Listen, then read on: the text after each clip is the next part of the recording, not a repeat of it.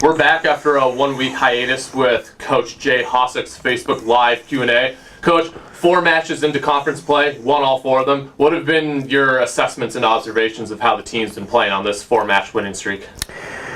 Well, the season is broken down into 3 specific parts, and that's one is preseason, one is conference, and then it's postseason.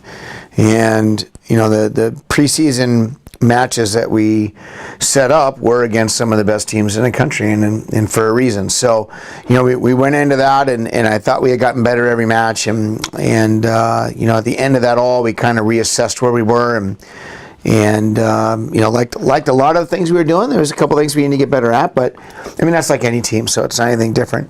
But we went into conference play, and NJIT and Princeton are both teams that beat us last year, and we were confident going in, but obviously cautiously optimistic. There were things that we felt we needed to handle. I thought the boys did a nice job of responding, beating both teams in 3 straight, and handing them, not letting them get into too high numbers in the score, and that says a lot about the resolve of our guys. So we felt good about that. And then going into Penn State and St. Francis weekend, that was a hurdle that we felt if we played the way that we're supposed to, we felt good about our chances. The challenge, obviously, is Penn State's a good team. They were ranked 7th in the country at the time, and we went in there and executed the game plan the way we wanted to, and I thought we served and passed really well, and that gave us some opportunities to hold them at bay a little bit. And next thing you know, we ended up winning in 3, which was not expected, but I was not surprised. And that's a good thing for our team to kind of get that monkey off their back. I guess apparently it was a pretty historic win, but regardless, a W is a W. It doesn't matter how it gets done, and that momentum carried us into the next night. And I thought we played really well against St. Francis. They kind of surprised us a little bit in game 3 and 4. We thought they were going to kind of fold up a little bit, but they pushed us, and we had to come from behind to win in game 4, and that was good. So yeah, felt really good about going 4-0 so far. In the St. Francis match specifically, you guys played really well. I think through 2 sets, you guys were hitting 511 when they were under 100. And then the 3rd set, St. Francis, to their credit, would not go down without a fight. And then you guys came back and won in the 4th set, obviously. How does that speak to the team to kind of go with the ebbs and flows of dominating in the first 2 sets and then not playing well in the 3rd and then bouncing back to not below a 2-set-to-none lead? Well, not below a 2-set lead is a little bit of a strong term, but to their credit, I never lost faith in our guys. We knew that St. Francis had some weapons.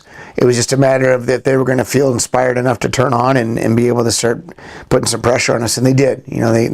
Stephen Braswell, their outside hitter, is a small guy, but he's got a powerful arm, and he's a good passer. And their middle, Keith Kegrice, did some nice things. He was putting the ball away when he needed to, and they have a new freshman, Libero, who's doing some nice things. And they ran a little bit of a faster offense than they had ran the first couple of games, and it kind of took us a little bit by surprise. But I thought we adjusted well, it was a matter of when I called my first time out of the weekend, I just looked at him and said, hey, we knew it was going to be not easy, and we just got to dig in and just remember what got us here and keep working on the little things and being disciplined, and it ended up working out in our favor.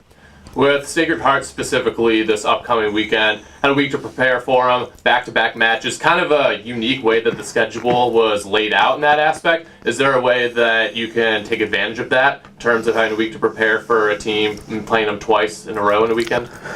Well, in a normal schedule, you're playing 2 different teams on the Friday and Saturday night, and so you're preparing for 2 different teams, which takes up twice as much time. And now, with one team being the only one on the docket, you're still watching You're still watching the team, but you're able to kind of focus your energies maybe twice as much in getting more information. So it's really not changing how we're preparing in the gym. But it just allows the staff to be able to get the shell of the report a little bit done faster, but still get a little bit more time to look more deeply into their background and see what they're doing. So it's just a little bit differently, not much. First question that we have comes from Diane. She touches on the early part of the regular season with all the tough non-conference opponents, then start EIVA play, and then they're going to have the big California trip against some of the top teams in the country. She wants to know, what will you do to keep up the intensity for the remaining EIVA schedule once the California trip's in the rearview mirror? Diane, that's a good question. The reality is, I don't think there's necessarily anything I've got to do to keep up the intensity. The boys know that they're in the driver's seat right now to host the conference playoffs. That obviously can change. There's a lot left in the conference to remains to be played, but for the moment we're in the driver's seat, and if we can continue to just play the way that we have been, there's some pretty unique and special things that can happen because of it. So I think the guys are appropriately responding to that. They know that they've got to work hard. They know they got to not rest on their laurels and just kind of be content with where they are right now. Doesn't mean anything right now. It's about how you finish. So we're just going into the gym every day and just focusing on the little things we can to get better, and hopefully things will pan out the way they're supposed to. Last time we talked a little bit about how you have the quote-unquote good problem on your hand of 4 pin hitters with 3 positions, and now Bryce got an opportunity and made the most of it. Now you have another good problem of 3 middle blockers with 2 middle blocker positions. Is this the most fun challenge you've ever had as a coach, having 2 good problems on your hands? It's definitely not a bad thing. The biggest issue is you got guys that are working hard in the gym every week, and they want to get a chance to showcase their talents in the match. And unfortunately, we can't play 4 outside hitters at the same time, and you can't play 3 middle blockers at the same time. So, the hardest part for us is picking the lineup that we think is going to be best for us, and unfortunately, a guy or 2 gets left out. And we keep telling them, you just got to remain patient. There's going to be a moment where either somebody's not going to perform at their best, or the team needs a little injection of energy, and when you get your number called, it's your time to shine. So. Our guys understand that. They know that it's not easy. And when you got people in front of you that are working hard and doing the same things you are, you gotta shine in order to get your shot. So, yeah, it's a good position to be in. We're happy about that. It hasn't been that way since a couple of years ago. So, we're just taking it one step at a time. Does that elevate the intensity in practice when guys know you gotta play well in front of the coaching staff in practice in order to see the court in the game? Yeah, without question. I mean, we tell them, if you want to get a chance to play in a match, there's nobody in our gym that's a gamer that just flips a switch and they can have a haphazard week of practice, and all of a sudden game day they're like the best player in the world. They got to show it to us in practice. They got to prove it over and over again. And I've made the mention before, and it's true. I have really bad coach's amnesia. I forget about things really quickly. And although we're talking about it, I've already forgotten about last weekend, and I'm worried about the weekend ahead of us. Well, speaking of kind of good problems in a way and fun challenges, Brian has a question. He wants to know, who has a better mustache between him or Will Calvin? Yes, I love when my guys watch this thing. I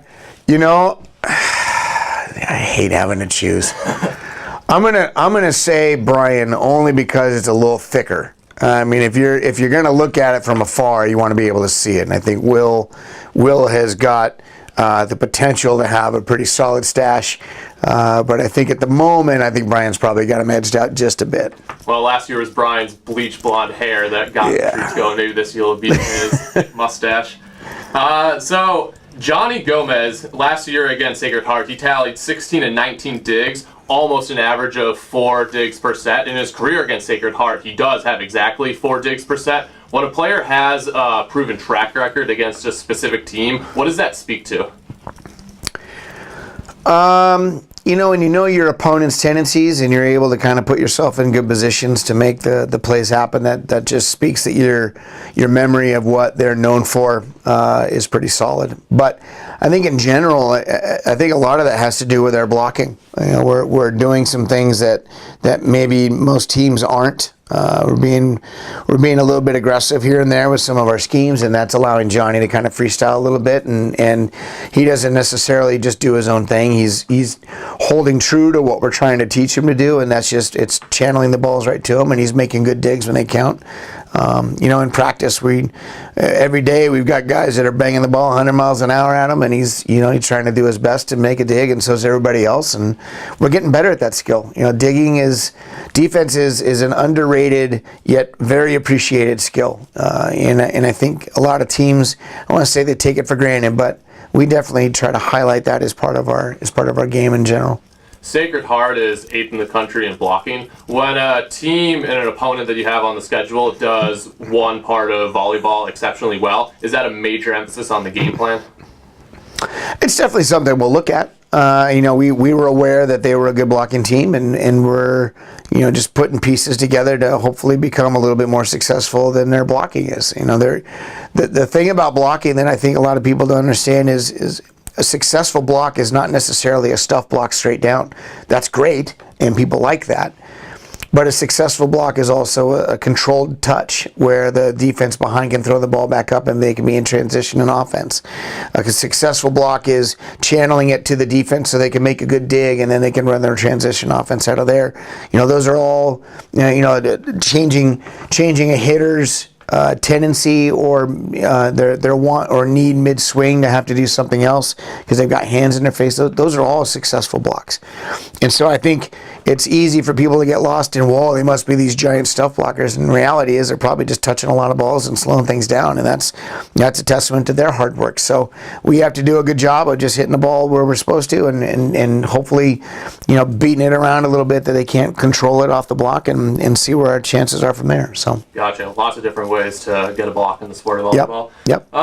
So unless somebody gets a last-minute question in, we'll wrap things up with the weekly volleyball X's and O's question. I want to ask about challenging. In the Penn State match, there were a couple of challenges on both sides. Do you like the challenge system that the NCAA has in specific arenas? For me, without question, I love it. The old folkloric stories of referees that can change a match just by one call. If you're on the right side of the call, it's a great story, and if you're on the wrong side of the call, it's a nightmare. The men's game, has gotten much more powerful and much faster, and so your ability to keep up with the play or be ahead of the play is kind of tough. So when you can eliminate the black and white calls, the touch calls, the in-out calls, the violation of the service line or the 10-meter line, when you can absolutely say without question this happened or this didn't happen, that eliminates 95% a lot of the alienation between the coaches and the referees. There's always going to be the element of the subjective call of the doubles or the glyphs, and those still, permeate today's game. But when you can eliminate the objective calls, I think that would really just help out in general across the board. And at the end of the day, there's no more animosity. It's just, hey, you missed the call, but we got it right.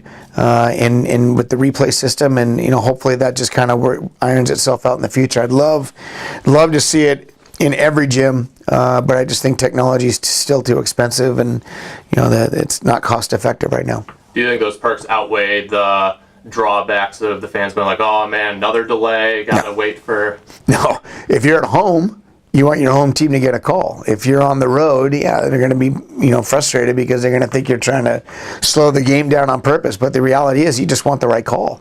There's a few different ways to go about doing it. There's, you only get 3 calls a match to contest, which I'm not a huge fan of. I'd like it to be more of 2 challenges per set.